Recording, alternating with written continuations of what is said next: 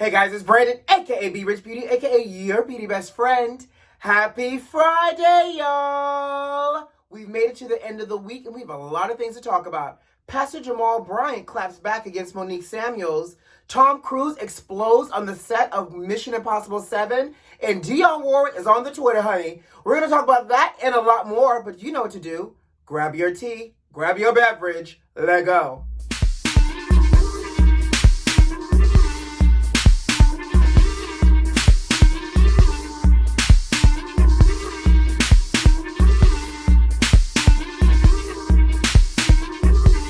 Chile, we have made it to the end of another week, and it wouldn't be a week in 2020 we didn't talk about the debauchery that is happening in the White House. So 45, y'all's president, Hanny, is apparently, according to some of his closest aides, throwing a tantrum like a child. So they're saying that obviously he's saying that he's not leaving the White House. And of course, what do we expect, honey? He's been trying to throw around these, conspiracy theories in terms of voter fraud. And now he's saying he's not leaving the White House. And his aides are saying that obviously he's going to leave, but he's just lashing out right now. Of course, that's what privilege does. They lash out when they can't get their way. But they're describing his tantrum as very reminiscent to a child who is avoiding bad time. But let's be real and real honest, beauty besties. Doesn't Trump, and I was having this conversation with a friend yesterday, doesn't he kind of strike you as if he would do something real petty, like set a small little fire somewhere in the White House, or better yet, start breaking all the antiques on his way out? All of a sudden, paintings, expensive, rare paintings go missing in the White House off of the walls. Vases get broken. He's spilling Coca-Cola on couches that are like old. Like, I could just see him destroying the White House, the private quarters, and the public places as well. Because again, honey, he's going to be kicking and screaming, leaving his White House. What would be really entertaining, though, is if the National Guard literally had to pull up and drag him. And I want them to drag him through the front door, honey. Drag him like Portia dragged Kenya across that stage on the reunion of Housewives of Atlanta. I want the National Guard to do their job. Heck, this is what we're paying for. If he doesn't want to leave and want to act like a squatter, National Guard, evict his ass. Quietly as it kept, I'm sure Melania's like, go ahead, drag him through the front door. I'm going to tip out through the back because I'm not trying to be here any longer anyways. So I just wanted to share that little bit of shade with you all because apparently 45 is in his purse and is so mad that he lost his job. Bye, Dan. So, for those that watch the Housewives of Potomac reunion part 1, we saw towards the end, Monique brought her book of receipts. And I talked about this in Wednesday video, how Monique pulled out her receipts, aka her dissertation, honey, about JAMAL Bryant. And so now, JAMAL Bryant has clapped back. Now, I'm going to go ahead and preface this. We realize that JAMAL Bryant is clapping back, and I get it. He's clapping back because he became collateral damage. And Monique's assault on basic-ass Giselle, JAMAL got caught in the crossfire. So because of that, in these receipts, honey, and for those that did not watch the reunion, watch it. Don't want to watch it, watch Wednesday's video, and we talk about how Monique pulls out receipts, literally this thick, a text conversation with apparently an ex-girlfriend or whoever that JAMAL was laying it low and spreading it wide with. So now JAMAL is clapping back with his own binder of receipts. Now let's talk about it because JAMAL is being real petty because he showed up to do this live. He did it on Zoom. He showed up for this conversation with a binder. Obviously, we know that's a complete and immediate dig on Monique because she showed up with a binder of her own. And what I thought is so funny and petty at the same time is the fact that he's going to say, Monique showed up with receipts, but there are no receipts if you don't have the cash register, and I got the cash register. Okay, JAMAL. But JAMAL prefaced everything by saying, in the 5 years that Giselle has been on the show, this is where they always used to have a point of contention in the relationship. He did not want her on the show. He feels that reality TV does not show our Black excellence and that it does not also contribute to the elevation of the culture. I don't know if I can completely disagree with him, because we find that we see our Black experience showing up on reality TV, and it's always a fight, a cat fight, or something, which to me can feel a little like, you know, a little regressive at times. Get it. He's a pastor. He has an image he wants to protect. What I thought was interesting, though, is he said he did it for Giselle. There's tons of rumors that you was cheating, Jamal Bryant, and not even like rumors, like receipts. So let's talk about it a little bit more. So obviously, like I said, he says he regrets ever doing the show, but he talks about the woman allegedly that Monique is mentioning in terms of these receipts. Now, here's where I feel like Jamal answers and also ducks and dodges the question as well, and he's telling his own narrative. Because Monique said that they're obviously having a relationship. So Jamal did admit, he goes, absolutely, you know, Giselle and I have been divorced. You can't have a mistress if you're not married and if you're single. We tried to date, you know, it didn't work out, and she's continued to still reach out to me for other things, wanting a job, wanting me to read her dissertation, helping her with, you know, having a stage and a platform. And I said no, and I've avoided her, all of these other things. But what he did not do was say whether or not he had a mistress while he was married to Giselle, nor did he say if he was actually dating Giselle right now. Because he kept saying, you know, I am single, I live in Atlanta, I'm from Baltimore, which I also felt like it was a low-key, a little bit of a threat going towards Monique and Chris, her husband, saying along the lines of, even though I'm in Atlanta, I'm still from B-More, because I guess apparently B-More got street creds. I'm going to just go with it. However, I just think it's quite interesting because, you know, one of Monique's digs against Giselle, that her and Jamal were only together for the show, but not in real life. So then you go back to this receipt book, and he's saying that, you know, Monique, if you're going to tell my business about some of the text messages, then read all the entire text messages. Because apparently, old girl sent the text messages to what Jamal described as 27 publication and blogs, and nobody wanted to pick it up and talk about it. So then I guess she sent it over to the executive producers of Potomac, and they didn't touch it. So then her final ditch was she sent it out to all of the housewives except Giselle, and Monique picked it up and ran with it. So here's the thing, and you know what?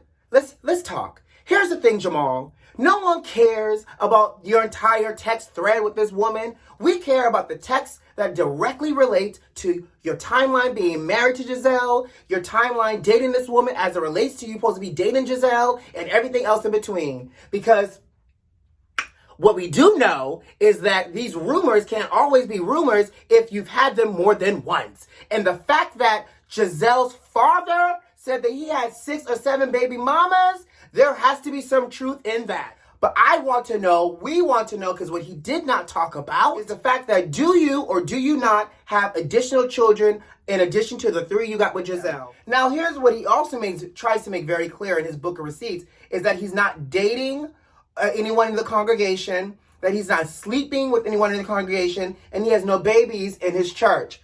Well, that's fine and dandy, Jamal, because you just got to Atlanta to be at New Birth. So I don't want to know what's happening in Atlanta, child. We want to know what happened before you got to Atlanta. Then threw Chris under the bus, because he says on part 2, Chris attacks Giselle, that Chris has anger management issues as it relates to interacting with women. Now, really, sir? He also goes on to allege that Chris suffers from CTE. I guess it's a degenerate disease that has been caused from all of his years playing football and the trauma he's taken to the head. Now, here's the thing, Jamal Bryant. Chris is this tall. How tall are you? You could go ahead and play with that big old linebacker, quarterback, hingeman if you want to. I don't know football terms, guys, so choose one of those and make it work. Jamal also was a little petty, because Jamal also went to say that some of his ex-football team members reached out to Jamal and said, Jamal, don't clap back. The rest of Jamal's conversation, I can really leave on the table, which I am. I'm not gonna bore y'all, because he starts talking about the children, how they're daddy girls, and the fact that as he's wrapping it up, he has to go because he's feeding the hungry, he's doing this and he's doing that. Great. I'm so glad you're a servant of the Lord. Do your job. Moving on. Let's talk about Tom Cruise. So Tom Cruise allegedly went the F off because a few of the staff on the movie of Mission Impossible 7 broke COVID-19 protocols. First of all, we still making Mission Impossible movies? When was the last Mission Impossible movie y'all watched? Because it might have been, for me, Mission Impossible 1. And if I even watched that. Second of all, can we treat Mission Impossible like we do James Bond? Can we refresh the main character every couple of years? Tom Cruise, no shade, is like 58 years old. Sir, you and your geriatric bones can't even be doing these stunts anymore, let alone, can we get somebody else to carry on this Mission Impossible legacy? I am not trying to see you be Charlton Heston at age 70, 80, trying to do Mission Impossible, because literally the mission is now officially impossible for you. So let's just go ahead, after Mission Impossible 7, stick a little pin in it, Tom Cruise, and pass the baton on to somebody else, and you stay on as an executive producer. Just my thought. But back to the original story. So apparently there was tensions already brewing on set. One, because I guess Tom Cruise is saying that there are a lot of eyes on this project from Hollywood in relations to them being able to film this movie during a pandemic, and I guess trying to establish best practices. So that's really, I guess, the root of the issue of why he went off, because apparently there were 2 staff members that were huddled around one of the monitors for playback, and they weren't 6 feet apart. But apparently that triggered Tom Cruise, and he went off, and there's an audio recording. If you want to listen to the whole audio recording, I'll put the link in the description of the bio of this video, and you can listen to it there. But you hear him telling them this is unacceptable. He's on the phone at night with the movie studio and insurance companies, and them to be effing this up. People could lose their jobs. If he catches somebody not adhering to COVID-19 guidelines, they're going to be effing fired. First of all, sir, what you're not going to do is talk to me like I'm somebody's child and maybe one of yours. Because what I know for sure is Mommy Mel doesn't talk to me like this and has never talked to me like this, even when she's upset. So my issue would have been, if I was on that set, I can understand your frustration, but what you're not going to do is curse at me and demean me as if I'm less than and or I'm your child. I just can't show up. I'm a whole grown adult. I can only imagine these people being whole grown adults working on this movie and this man talking to them as if they're 9 years old and admonishing them like they're a child or a puppy. Like, you talk to a puppy. I don't talk to people like this. But the fact that he even had that type of language is a collaboration of passion, frustration, but you lose your point that you're trying to land when you start cursing at people and speaking down to them. You can be passionate and you can be angry and still communicate your message. But when you start to curse at people and start to talk down to them, the message is lost and people start to feel some kind of way and they start to tune out. So much so that apparently 5 staffers have allegedly quit since this tantrum. Now, here's the thing, though. Y'all quitting y'all job during the pandemic because somebody talked to y'all like that? And that's a real question, because I also get it. Like, I may have felt some kind of, me being petty, what I would have done was a whole corporate move. I would have low-key recorded the audio and then sent it in anonymous email to the heads of the studio and the studio HR department for investigation for Tom Cruise's actions on set, making it a hostile work environment. You know, you got to use words like that. It was a hostile work environment. I don't feel safe. I felt threatened. You know, you got to use words like that. So because that triggers people to make sure that they don't get a lawsuit. So if you want to really grab somebody's attention, you got to use words like that. So I guess they must have had some long coinage or another job lined up for them to say, deuces, I'm going back to my home because you're not going to talk to me like that. And if that was the case, kudos for y'all. But again, I ain't quitting no job during no pandemic. Huh? Moving on, you know, Auntie Patty, that's my girl. So Auntie Patty's adopted son, which is AKA her nephew, from her youngest sister, Jackie, his name is Billy, is a little bit in the headlines these days because apparently Billy is a whole Republican. First of all, in the words of Jill Scott, sister, honey, Girl, Billy, we all know you're tea, honey. You're black and you're gay. How are you actively a Trump supporter and a Republican at the same time? And let me tell you something. I got so doggone distracted. Let me tell you something. Billy got called out because originally he was, pumping some Republican rhetoric online under a false name, like a little bit of a pseudonym, and he got exposed, honey. Now he is hiding with his tail in between his legs, so much so that Patty is now speaking out saying that obviously you can't choose your family, you can choose your friends, and that she can't hate him and she loves him or control his thoughts. Billy, you wouldn't have the access that you have if it wasn't for your Aunt Patty, who has worked so hard in the industry to give you and your sister Stacey a good life. Because what he went on to say is that he did not receive not nearly as much benefits during the Obama administration as he does now under the Trump administration. Sir, what benefits are you looking for? Because last time I checked, if you was a minority and or a part of the LGBTQ community, your livelihood is at risk because they tried to strip away everybody's rights. So I don't know. I'm telling you, money make people think a whole different way. I get it.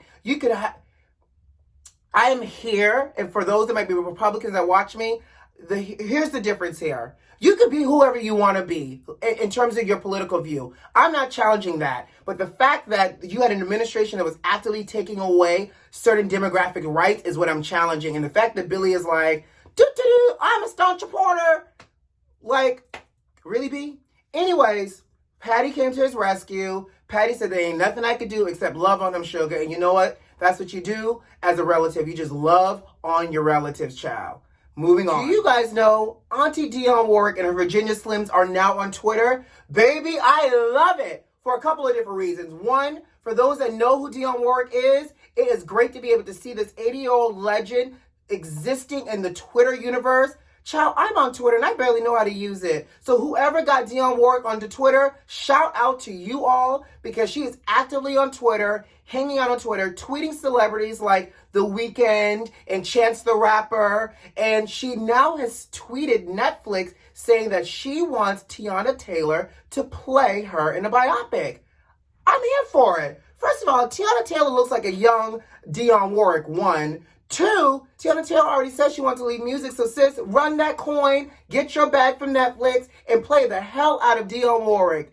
Three, DIONNE is so good on Twitter that she has new fans on Twitter falling in love with her. So much so that if you come onto Twitter talking left, the people will clap back talking about you are not going to come onto DIONNE Warwick's good old Twitter with your BS. I love her on Twitter, and I think more of our legends should exist in the Twitter space. Here's a question for you, beauty besties. How you feel about Teyana Taylor playing DIONNE Warwick, the legendary DIONNE Warwick, honey, in those Virginia Slims?